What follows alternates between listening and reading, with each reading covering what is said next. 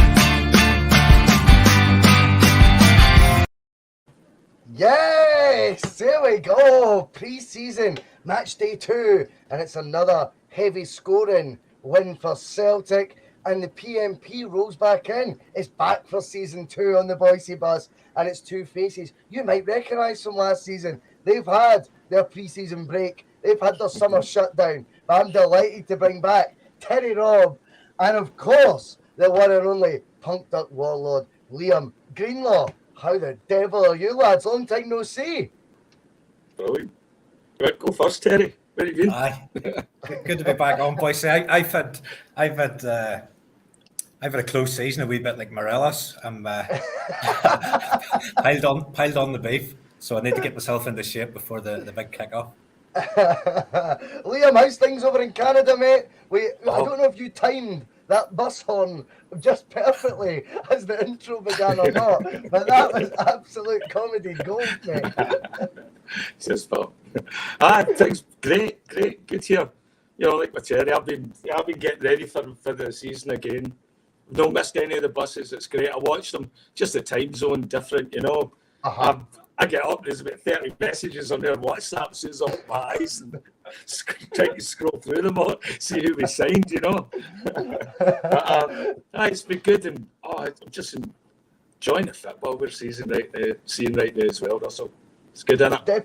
Definitely. I think, you know, the pre-season games, you never like to read too much into all this sort of thing, Terry, right? But the one thing we will say is Celtic have maybe given us insight as to what is to come down the line this year, and I think it's going to be another campaign, particularly the first half of the campaign in the European games, where I think we might see a few heavy scoring matches, some heavy wins for Celtic, perhaps, but definitely some topsy-turvy kamikaze sort of matches.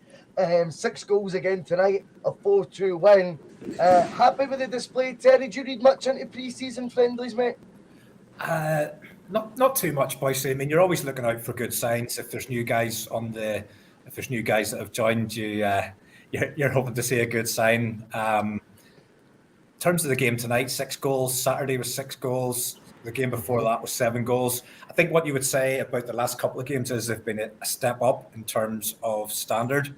Rapid Vienna they're close to their kickoff. I think that team that we played tonight are around about the same schedule as us. They start on the weekend of 30th, 31st. And looking ahead then to the weekend, I think you're probably You're possibly even looking at stepping it up another slight level for Blackburn. Then you've got the Legia Warsaw game. Then you've got Norwich in the kick-off. I mean, from my perspective, I'm just glad to have the games back. But there probably is a slightly different feel to some of these games. They're not just the drab sort of pre-season games that you see that obviously they're full of substitutions and things like that, but there was a really good atmosphere at tonight's game. I didn't see Saturday's game, but by all accounts, it was a feisty one as well. So, yep.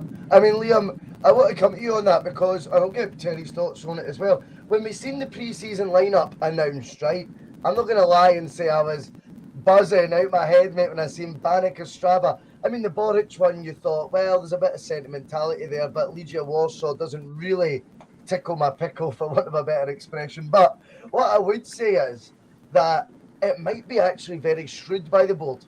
It might be they knew this 100th anniversary in the Czech Republic that we were obviously a part of today, the fact it's going to be a sellout in Warsaw for Arthur Boric's farewell game.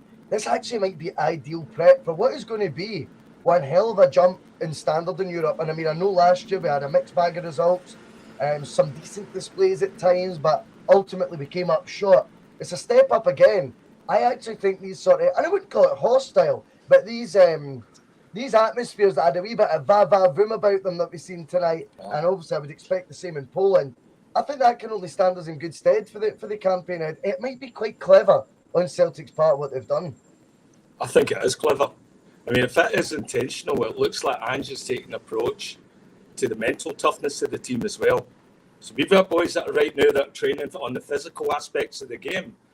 You know, that might be part of his overall thing going on right now. It's like, okay, let's get you guys in some really hostile environments. Let's see what you're like with an entire crowd pressing their team on. Because, you know, we don't, that looked more like one of our best qualifying games in that did a friendly. It looked very much like that, you know, and that's what I felt watching it as a fan. You know, I really enjoyed watching that game. But I think you're right. There is something as well you could see going a goal behind as well, you know, and then scoring quickly in succession after the goals.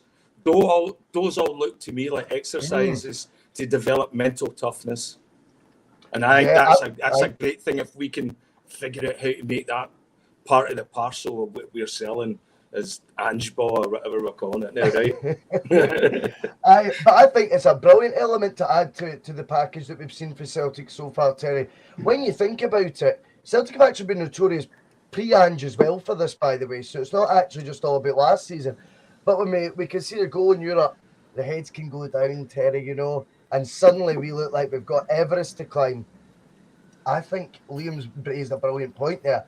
And we'll get your thoughts on the fact that we're playing at two sort of lively stadiums in Europe first, but also if you want to finish off with, you know, what your thoughts are on the fact Celtic have bounced back from adversity in these games when we've conceded a goal. We're straight back up the other end, causing nightmares for defences. We fell behind tonight, for example, made no odds whatsoever to our first half display. That does actually, I hadn't even thought of it until now, but that really is important because I think if Celtic are going to have any sort of joy in the Champions League, then they need to accept they're going to concede goals along the way. It'll be about how they react from negative experiences that occur during matches. So, good point on that one, Liam. Terry, what's your thoughts, mate? I think that was a key aspect of last season as well, boys. I'm thinking about games in particular, the game against Hibs in the cup final. We conceded, we went straight up the other end and scored.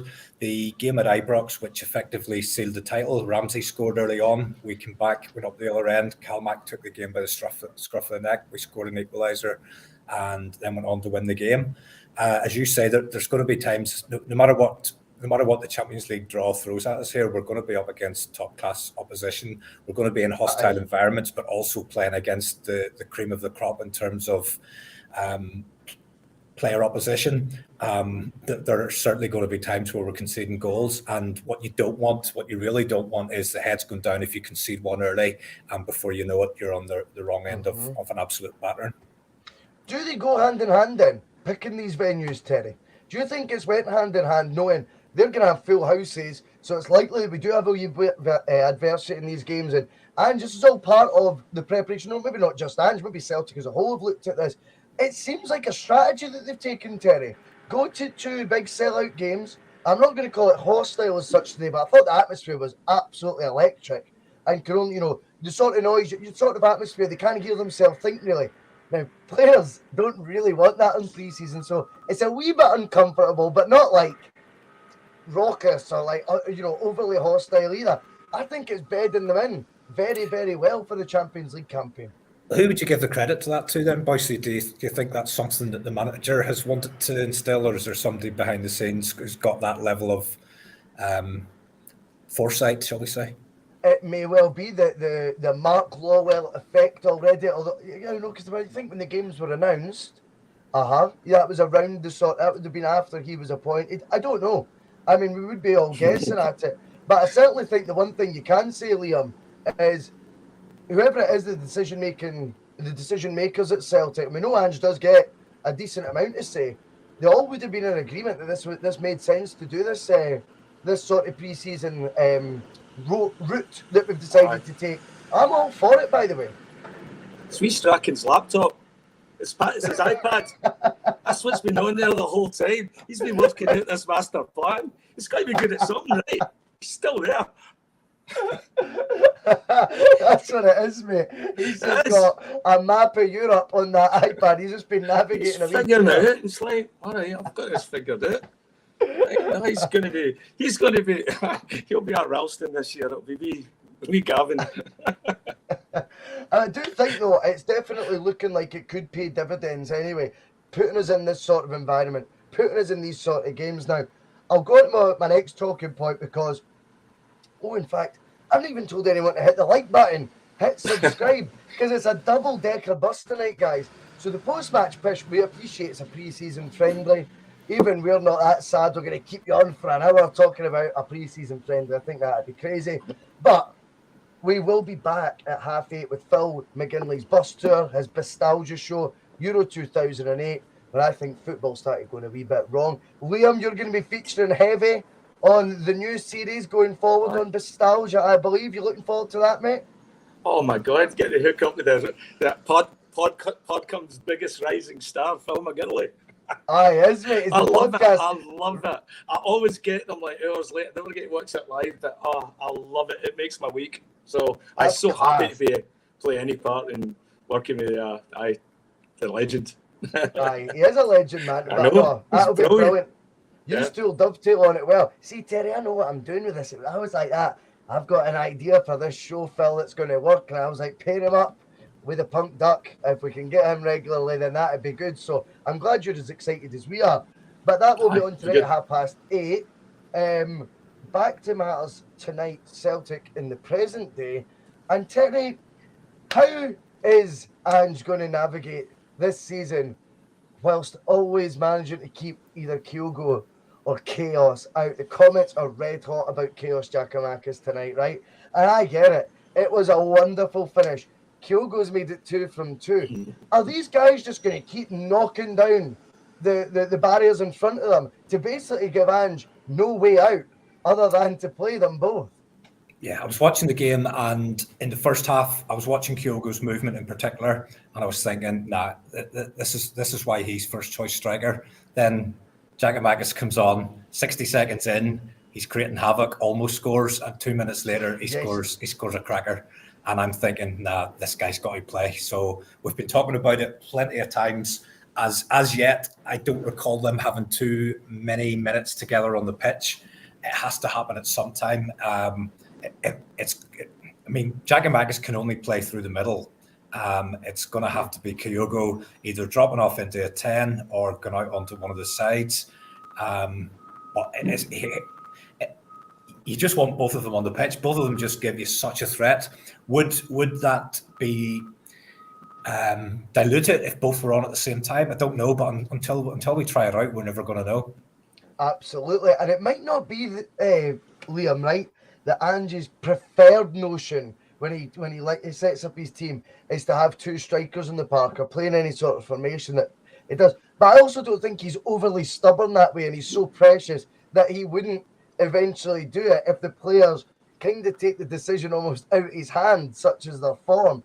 If these guys carry on at the start of this season, the first 4 or 5 matches, like the wrecking ball that they have so far to pre-season, Ange Postecoglou's not going to have a say in this anymore. The players are literally taking that decision for him. I think it's incredible. We've dedicated the Sunday blether there to signing a third striker when you see the quality of these two. Obviously, I think one of the concerns is their injury record. Both of them last year had sustained periods out. But if they're both fully fit and flying, as much as most managers in the country are saying, no, I envy that decision. From our point of view as a fan, I don't even envy coming on the pod and giving some sort of preference of one of those two players, because I just think they're both bringing so much to the team, and they've both started, absolutely like a bat out of hell at the traps, man, so far, and it's exciting times. So is that part of the Ange philosophy as well? Is that part of the training to keep both of these guys hungry? Maybe that's why we've not been linked with a third striker. We've got a Yeti, we've got some young boys and that. I'm not obviously we've got a Yeti, right? But you know what I mean? What did Mark say on Sunday? Mark said on Sunday he'd rather an actual Yeti than a Yeti. Right, with a machete. And but I thought, what? I saw Giamakis coming back today, and I saw him playing really well defensively. There was points where he was in the middle of the park and he was making tackles. There was things where he was chasing balls out at the byline. At one point, I seen him do a header after, a defensive header after a free kick. So he looks really good. And then as well with Kyogo as well. I think he's just as fast as Mayada. I was watching him today as well. The way he was pressing and shutting down players, and he does make a lot of contact with players as well. Like, he gets a leg in it. He's not shy about getting in and 100%. Having a wee bit of rough football. He looks like he likes it a wee bit. I'm sure when he's there helping them up, he's just calling them everything in Japanese, and smiling. I don't see us going for another striker. No. Given that we do generally play with one through the middle, you've got Giamakis and Kyogo in whatever order you want. You've then got the wide guys who can fill in, although it's maybe not preferential, Maeda, Abada. But then you've got the young guys who should be able to step up, certainly at SPL level, Kenny and also Moffat. And if these guys aren't good enough to be your sort of fifth choice who can step up if the other four aren't available, then you've got to ask what are we doing at that level? What are they actually doing at the club? In terms of the Jordan Larson one, we've kind of done it to death in terms of chatting around it. And I personally think it's one that the board would probably have wanted, because they could see the pound signs, they could see the logic in signing a guy on a free, and worst case scenario, you're selling them for a fee somewhere down the line. But just the merchandising piece, everything. I just wasn't convinced that Postecoglou would want another striker, albeit the guy, in his own right, comes with plenty of pedigree. If he's only playing one from Giamakis and Kyogo, do you then have one from Giamakis, Kyogo and Larson? I know, I get that, right? And I think you're making a good point, the way you're articulating. I do agree with you to an extent, Terry. But then let's flip it. And today, Edouard, was it Mouche? I can't, not entirely sure how to pronounce his surname. Another ball-playing midfielder is linked, and you're going, so how come we're allowed X amount of options there? And naturally, there's going to be players left out in that area of the park. But up front, it needs to be a more limited and a more refined number of players we have to choose from. I think we're well stocked. I think we're well stocked right throughout the squad. The depth is there. I mean, you could make an argument that possibly our first 11 isn't actually any stronger than it was last year, because essentially we've bought the two loan players. At this stage, we probably can't say whether Taylor or Bernabei would be first choice, and Siegrist will give Hart competition, but Hart will still be first choice. The counter argument to that is I think we'll see an improved Jota because he'll be more settled. We'll see an improved Carter Vickers because he's now playing for the same club for 2 seasons in a row, probably for the first time in the last 7 years. Abada will be a year more mature, more settled in. The guys from Japan will have had a rest, first of all, and then a full pre-season. Matt O'Reilly will have settled in more. I don't believe that they rested. I don't know how to do that. Whilst our first 11 at the start of the season may be very similar to the first 11 that we had at the end of the season, I do expect some of those guys to almost move on a level. In terms of what we bring in, like I say, I think we're well stocked in players, but I would just like to see a little sprinkling of stardust as such. Somebody who's going to come in that there's absolutely no argument. This guy's going to come in. He's going to be a first team player. Is that at centre half? Is that in midfield? I don't know, but I don't think we need more squad players. I think we just need an upgrade in a couple of positions. Somebody who comes in and there's no doubt this guy is coming in to play in the first 11. He's not coming in to compete with player X, Y, or Z. He's coming in and he's going to play. It's just where do you find them and where do you find them for the right money? Terry, we're never going to be more equipped though to do so. We've not had £40 million, Liam, right? Banked before a ball's been kicked since the 2007-2008 season, right? Now that is going back 13, 14 years now, you know? I just believe we're never going to have a better chance, Terry. If we want to be ambitious and see as well, see when it comes to competitive sport, see as you go up the ladder, and that is effectively what we've done. We've been promoted, if you like, from Europa League team to Champions League team. Then you've got to strengthen based on the opposition you're going to be playing, based on the level. And the rewards are there to do so. The pyramid of Europe is, you could compare it to, maybe not the Scottish one as much, but the English leagues. I know a few guys in the comments know all about the journey going up through the leagues and that, right, Blue Baron? But, couldn't resist. But I think when you look at, like, clubs that go up to the English Premier League from the Championship, for example, right? They go up and they start spending money they haven't before because they need to compete at that level. Celtic, I think, have a squad of players of the ability that they had this time last year, right? I think they brought in anyone that takes us to the next level because Jota and CCV have just been made permanent. And obviously, we've not seen enough of the fullback, Alexandro Bernabei, but we're excited by it nonetheless. I think Terry's right, Liam. I think if we're going to be bringing in, say, as one or two more players, let's make sure these guys are of the jaw-dropping sort of, in Celtic terms, I mean, by the way, but are sort of that elite level where you go, well, they're a no-brainer to go in the team. Whether that be a partner for, say, a Cameron Carter-Vickers on a regular basis, something like that, I don't know. But do you agree with the level of signing we've got to make? Because I think we only need one or two. I think numbers-wise, the squad's got plenty of padding. It is, I think, as Terry describes it, that magic dust. See if I had to buy a jersey for my kid now, I mean, he's grown up there, but and get a name on the back, I wouldn't know what squad name that we get because there's not that one really, really big standout star. And I think what Ange's trying to do is it's almost like a fan favourite in every position. Every position seems to got that unique identity about that player that's and you can see right there, they all. He always talks about signing really good people, and you see that because you get that. We got no crazy. It's need to diving about, or you know what I mean. Like when you say, "Oh, I wouldn't do that if I was a player." Like we've had them right. Don't think we have that now. I don't think I think we've got people that out there that look genuinely upset when they get beat. Yeah. I don't know. We've seen them get beat many times. And so that's good. Don't want to see that, but I see what they're like when they win. And that must be a really good feeling. Aye. And did you see Joe Hart? Did you see Joe Hart when he came off? He went down along the bench, high fived every single person. The tea lady, everybody was there getting a high five. That really shows the togetherness. For me, you wouldn't have seen that under the previous manager. Terry, was that the tea lady? Was that the tea lady? I don't know. Everybody got a high five. The translator, everybody that was on the bench. Why be high fiving her as well? It's the only thing. The only thing that got me away with that baseball cap because that look was awful, Joe Hart. I'll tell you that right now.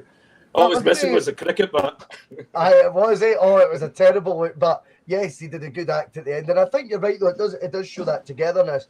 But on such a positive note, we're going to spend the last sort of 5-10 minutes of tonight's show. And I know it's a shorter one. We are back with nostalgia later, but it's pre-season. We're not doing hour-long shows. Folk will just think you are taking the piss, boys, but we're going to talk about the incredible, just the image of it alone this evening of seeing Tony Ralston with the captain's armband on tonight, guys. Now, if I had told you this time last year, he's just signed a new 1-year deal, and we think it's basically to make up the numbers whilst Ange is out trying to, build a squad for the transfer market. So he's like, well, we'll need to keep him because we've only got the tea lady to play it right back, So that's basically what we thought was happening. If someone had told me then, come next pre-season, Ralston will be a Scotland international, a goal scorer for his country, will have finished the highest of any fullback last season for goals and assists at Celtic, and will feature for 20 minutes during next pre-season as our captain, you would be getting laughed at, to say the least, right? It's not possible. Now we've got to look at Ralston and say, are we looking at the next Callum McGregor, James Forrest, the next guy that we're going to watch mature and go on to make several hundred appearances for Celtic into their 30s? Now, again, people might laugh at that and say you're getting ahead of yourself. I'll take you back a year ago and look at his career trajectory, and then if you'd suggested that a year ago, you'd have been getting ahead of yourself. But it's happened. Liam, have we got a potential future Celtic legend, if you like? I'm not going to say he's ever going to be Celtic's best player, etc. But in terms of longevity, I'm now beginning to think Tony Ralston, we all better get used to seeing him in the green and white hoops, because he's here for the long haul. Right. Are we looking at one of those early Billy McNeil videos? You're writing a Hollywood story. Yes. Ralston would be your star. And we might be doing that. We might be creating that next big homegrown hero, as you said. I've heard other people on this podcast talk about it at length, about the phenomenal change in him and how driven he is. And I watched that goal he set up where he went to the byline, and I've seen him do that time and time again. I think he's one of the better players in football I've seen doing that lately. Watch other teams play football, Premier League, Champions League, all that. Don't see many people making any runs as consistently, but as on point as Tony Ralston. I think we're looking at every single football movie cliche rolled into one. It's Roy the Rovers, it's Jimmy Grimpo, it's Bend It Like Beckham. It's all that sort of stuff, the homegrown kid. And then imagine being Julian, and you told Julian 2 years ago, by the way, you're going to come on in the back four, and when you look there, Ralston's going to be and he's the captain. Do what he tells you. Have you noticed as well? Have you noticed as well with Ralston, right? I mean, the fact I just turned to him, and I know people might go, oh, for goodness sake, it was a pre-season friendly. He was probably just the nearest guy to him to put on an armband. I don't think any decision's taken as lightly as that in this regime, right? And it's very interesting that anyone we've seen with the captain's armband, unless I'm mistaken, in Angie's time here, and I probably am mistaken because I get more wrong than I get right, but I think everyone's been either from Scotland or, in Joe Hart's case, England. But on that, is he actually going for the more sort of UK-based or, these sort of shores sort of based thing, Terry? Do you think, has that been important to Ange, or is that just coincidence? I'm not sure, boys. I'm just recalling an interview that I seen during the close season there on Celtic TV, and I remember McGregor was on it, Joe Hart was on it, and Ralston was the third person on it. And can't remember much of the content, but I do remember sort of thinking that the two more senior players were almost talking up Tony Ralston in terms of his attitude and what he brings to the team, what he brings to the dressing room. Just go off on a slight tangent. When we talked about Kyogo and Giakoumakis earlier, Ange just got to try and find a way to fit Tony Ralston into the team, because in many people's eyes, he's still second choice right back. Ladies and gentlemen, this is why he's the face of P.M.P, because he has just made the best point of the night. It is so true. If you want to debate about up front and who's it unfair of, Kyogo or Giakoumakis, Terry, Rob, take it away. How do we fit Ralston and Juranovic in there, mate? Well, you're Tony Ralston sitting on the bench today, and you watch Juranovic playing for the first 10 or 15 minutes, and he's to blame for the first goal. He gets caught sleeping. About 3 minutes later, the same thing happens again, and it's only a save stops the second goal. Now, I'm going to put that down to a master plan from Ange, that he has told Juranovic that there are scouts from all over the world watching, and just you throw a couple in the first 15 minutes to put that to bed. But if you're Tony Ralston, you're sitting there, you've seen that, you probably know pre-match you're coming on for the second half. Juranovic has been shaky at best, albeit it's pre-season, it's his first run out, and so on. And I'm by no means saying that he's a super player. Juranovic is a super fullback. He's had a rough introduction tonight, but that's fine. That's just rust. But you're Tony Ralston, and you come on, and the impact he made straight away within minutes of coming on. Totally, mate. There was a talking point last night, and I could live to regret this, but the guys were talking about if you had a gun to your head and you had to let a player go, who would it be? I wasn't that annoyed when the rumours came around Juranovic, because you know what you've got to replace him. Yes, we'd have to go out and we'd have to get almost someone to compete with Ralston or back up. But in the form that he is in, if he can continue that form, then I have absolutely no qualms about him being Celtic's number one right back. But again, I do think Juranovic is a top class player. He's a class act. He's an international class player. Watched him playing for Croatia during the summer. Watched him playing against a front three of Benzema, Kuku, and Mbappe. And Juranovic did not look out of place at all on the left hand side. That is impressive. On the left hand side. He was probably the only player I think that played all of those games for Croatia. He's top class, but Anthony Ralston is very, very impressive. I'm going to come to you, Liam, with David Kelly's point here, because it's brilliant having David back on the bus as always. And he is saying Ange favours Juranovic. May well be the case, and we all trust Ange's judgment. Again, I agree with that. But it means that we've now got the best and the second best right back, and we can debate which one we think is better.